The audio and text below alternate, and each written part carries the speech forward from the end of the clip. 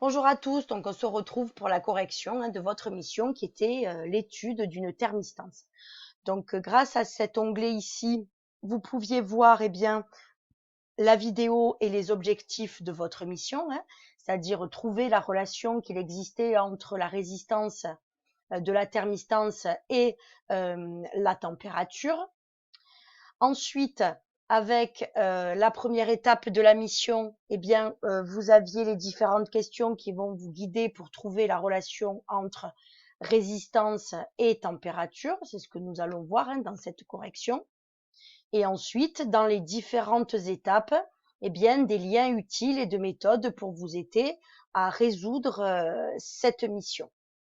Vous aviez, en cliquant sur cet onglet, justement, une aide à votre mission, c'est-à-dire comment mesurer une résistance et le rappel de collège sur l'utilisation du ohmmètre qui permet de mesurer la résistance.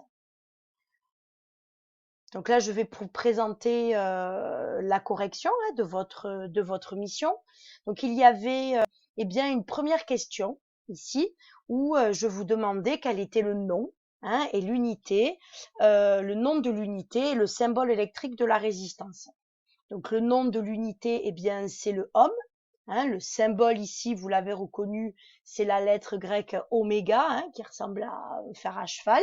Mais le nom de l'unité de la résistance électrique, c'est le ohm. Et le symbole, il est ici, c'est un rectangle avec, on n'oublie pas, pour symboliser le fait que la résistance électrique soit un dipôle, on n'oublie pas de chaque côté, de faire deux traits pour symboliser que la résistance électrique, c'est un dipôle. Je vous rappelle aussi qu'il y a un autre nom pour nommer la résistance électrique et peut-être appelé conducteur ohmique ou bien résistor.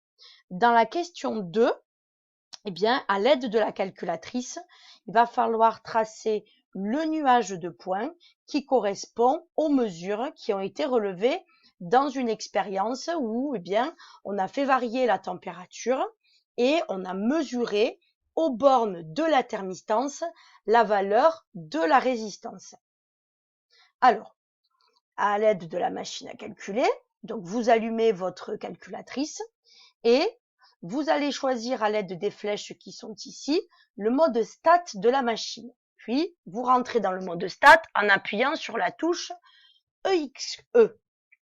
Une fois que vous avez appuyé sur cette touche, vous voyez que sur votre écran ici, il apparaît des colonnes et des lignes et vous allez vérifier que la liste 1 correspond bien aux abscisses et la liste 2 correspond bien aux ordonnées. Pour ça, vous allez appuyer sur la touche F6 ici et vous vérifiez. Donc X qui correspond aux abscisses, c'est la liste 1 et Y qui correspond aux ordonnées, c'est la liste 2. Vous appuyez sur Exit pour pouvoir revenir et rentrer les valeurs qui sont les différentes mesures et qui sont dans le tableau de valeurs qui est là. Donc je vous dis qu'il faut mettre la température sur l'axe des abscisses et la résistance sur l'axe des ordonnées.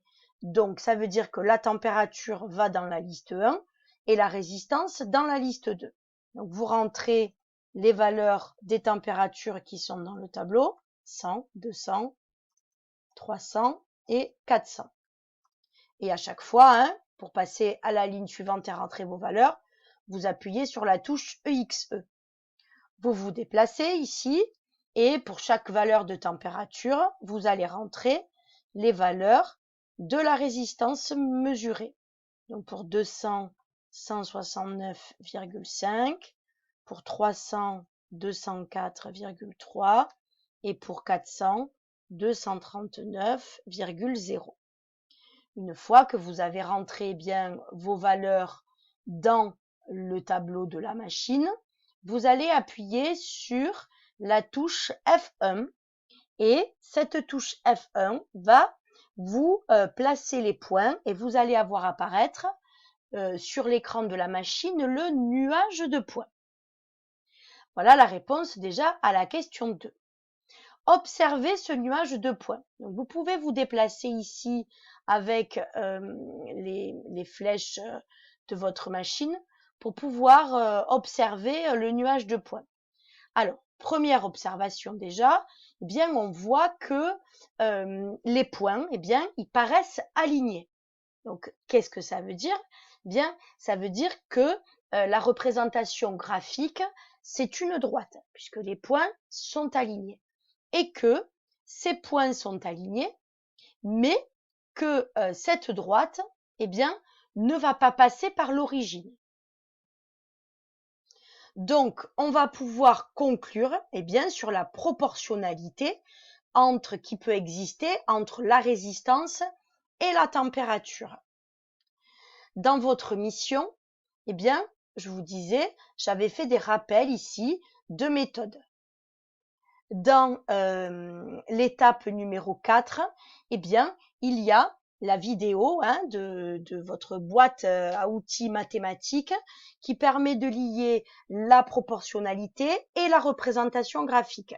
Dans cette vidéo, eh bien, on vous expliquait que lorsque la représentation graphique eh bien, était une droite et que cette droite passait par l'origine des axes, ça correspondait bien à une fonction linéaire et on pouvait en déduire que les grandeurs représentées étaient proportionnelles. Donc pour que deux grandeurs soient proportionnelles, il faut que sa représentation graphique, la droite, passe par l'origine. Ici, on constate que eh bien, les points sont bien alignés, je vous l'ai dit, c'est une droite, mais cette droite ne passe pas par l'origine.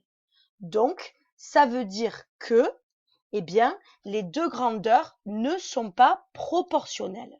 Nous avons la représentation graphique d'une fonction, eh bien, affine. Cette fonction affine, on peut la modéliser avec, eh bien, ici, là, je ressors, je vous montre en cliquant sur Calque. Vous allez aller sur la touche F2 et la calculatrice, l'étude statistique, va vous donner, eh bien, la régression linéaire. Et vous pouvez constater ici que la forme, c'est bien la forme d'une fonction affine.